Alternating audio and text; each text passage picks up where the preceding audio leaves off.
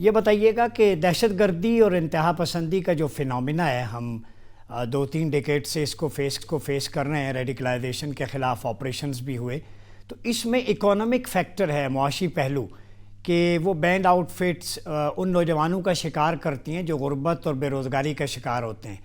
तो आप क्या समझते हैं, यूनिवर्सिटीज़ में, कॉलेजेस में ये जो चीज़ बढ़ रही है, इसको कैसे रोका जा सकता है? बहुत शुक्रिया जी। देखिए, जो रेडिकलाइजेशन या एक्सट्रीमिज्म का फिनोमिना है, पहली बात तो ये है कि ये एक ग्लोबल फिनोमिना है। जी। लेकिन पाकिस्तान के कॉन्टेक्स्ट में ये ऑब्वियसली कल्चरली सेंसिटिव होता है, ताकि वो जिस टारगेट ऑडियंस को वो टारगेट करना चाह रहे होते हैं, उनके आइडियोलॉजी, सेंटिमेंट्स, ग्रीवेंसेस, फ्रस्ट्रेशन को एक्सप्लॉइट करना उस बयानिए का बुनियादी मकसद होता है। जी। अगर मैं मुख्तसरन आप मुझे अलाउ करें तो देखें, जो ये बयानिया होता है इसके 4 पहलू हैं। एक उसका आइडियोलॉजिकल पहलू होता है, एक नजरिया जिसमें एक ड्रीम या एक ख्वाब जो बेचा जाता है, और दूसरा जिससे वो टारगेट ऑडियंस या यूथ आइडेंटिफाई करे। दूसरा पहलू जो होता है वो सोशल होता है, ठीक। यानी कि वो किस क्लास को टारगेट कर रहे हैं। अगर वो एक रूरल इलाके के दूर अफ्तादा मकामात के लोगों को टारगेट कर रहे हैं तो उसका बयानिया एक थोड़ा सा मुख्तलिफ होगा। अगर वो लम्स के स्टूडेंट्स को टारगेट कर रहे हैं तो उसका बयानिया जरा मुख्तलिफ होगा, क्योंकि क्लास डिफरेंट होगी।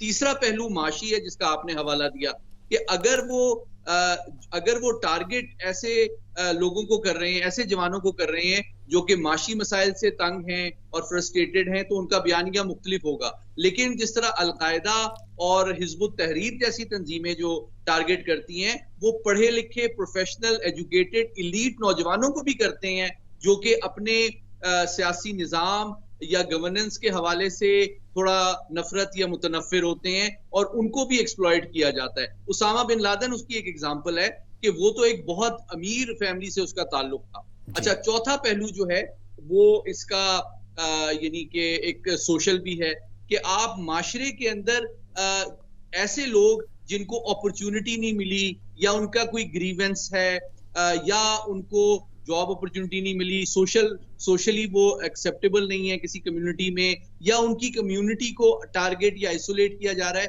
तो बुनियादी तौर पे ये चारों पहलुओं को मद्देनजर रख के एक ऐसा बयानिया गढ़ा जाता है जो कि उनके लिए अट्रैक्टिव भी होता है, और उनकी नफरत, ग्रीवेंस, मसाइल और समाजी और नफ्सियाती मसाइल को प्रॉपर्ली एक्सप्लॉइट भी करता है।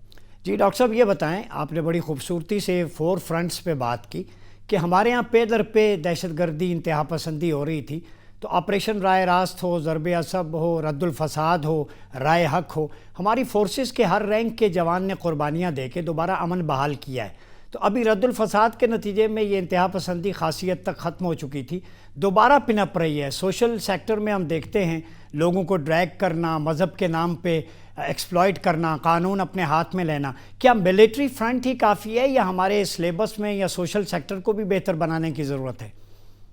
बहुत अहम सवाल किया आपने, और मैं समझता हूँ कि मेरे दिल की आवाज़ है जो आपके सवाल में बात पिन्हा है। कि शुक्रिया। देखिए, एक तो काइनेटिक पहलू है जो कि फिजिकली आप इंटेलिजेंस बेस्ड ऑपरेशन या काउंटर टेररिज्म जो आपकी हिकमत अमली है, उसका फिजिकल पहलू है। जी। लेकिन अगर आप उसको स्ट्रेटेजिकली देखें तो ये बुनियादी तौर पे टेक्टिकल या एट मोस्ट ऑपरेशनल लेवल है। ठीक। जो स्ट्रेटेजिक लेवल है वो बुनियादी तौर पे नजरियाती और समाजी और माशी लेवल है, ठीक। क्योंकि वो एड्रेस करता है उन मकासद को, उन कॉजेज को, जो कि फिर काइनेटिक एंटी सोशल और एंटी स्टेट बिहेवियर की शक्ल में वकू पजीर होते हैं। तो बुनियादी तौर पे आप अगर फिजिकली काउंटर कर रहे हैं इंटेलिजेंस बेस्ड ऑपरेशन या काउंटर टेररिज्म ऑपरेशन के जरिए से दहशतगर्दी के खिलाफ, तो ये आप उसके असरात से लड़ रहे हैं।